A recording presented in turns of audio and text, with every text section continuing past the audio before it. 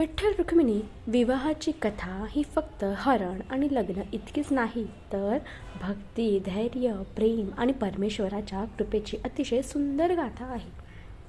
विदर्भ देशाचा राजा भीष्मक ह्याची कन्या रुक्मिणी लहानपणापासूनच अत्यंत सुसंस्कृत, ज्ञानी, देवभक्त होती.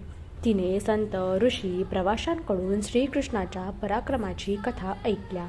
कंसवध, गोवर्धन उचलणे, गोकुळातील लीला या कथांनी तिच्या मनातील कृष्णाविषयी अपार श्रद्धा आणि प्रेम निर्माण झाले.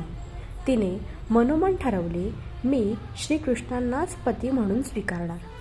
रुक्मिणीचा भाऊ रुक्मी अत्यंत अहंकारी होता. त्याला श्रीकृष्ण आवडत नसत. राजकीय फायद्यासाठी त्याने रुक्मिणीचे लग्न शिशुपालाशी ठरविले. रुक्मिणी अत्यंत व्याकुळ झाली, पण तिने धैर्य सोडले नाही. तिने एक विश्वासू ब्राह्मणाच्या हातून श्रीकृष्णांना पत्र पाठविले. त्या पत्रात ती म्हणते, हे द्वारकेश्वर, जर तुम्ही मला स्वीकारले नाही तर मी प्राणत्याग करेन.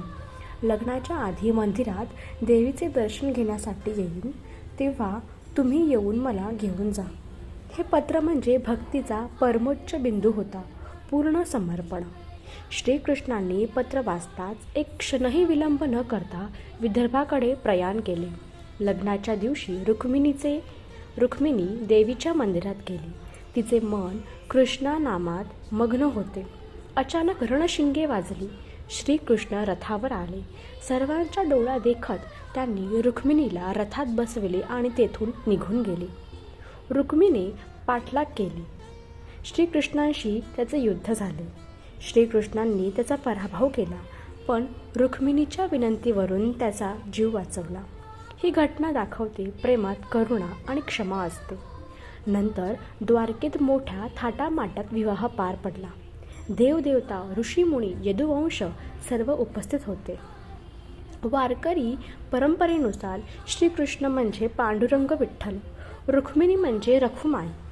हा विवाह म्हणजे फक्त भक्त आणि भगवंत ह्यांचा मिलाप. रुक्मिणीची अढळ भक्ती आणि कृष्णांचा तत्काळ प्रतिसाद हाच या कथेचा आत्मा.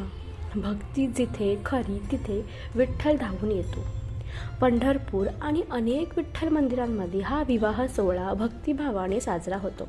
मंगळाष्टके, अभंग, टाळ, मृदुंग, फुलांची सजावट जणू प्रत्यक्ष त्या दिवशीचा प्रसंग म्हणून जिवंत होतो. विठ्ठल रुक्मिणी विवाह म्हणजे प्रेम, श्रद्धा, धैर्य आणि भक्तीचा उत्सव. विठ्ठल विठ्ठल, जय हरी विठ्ठल.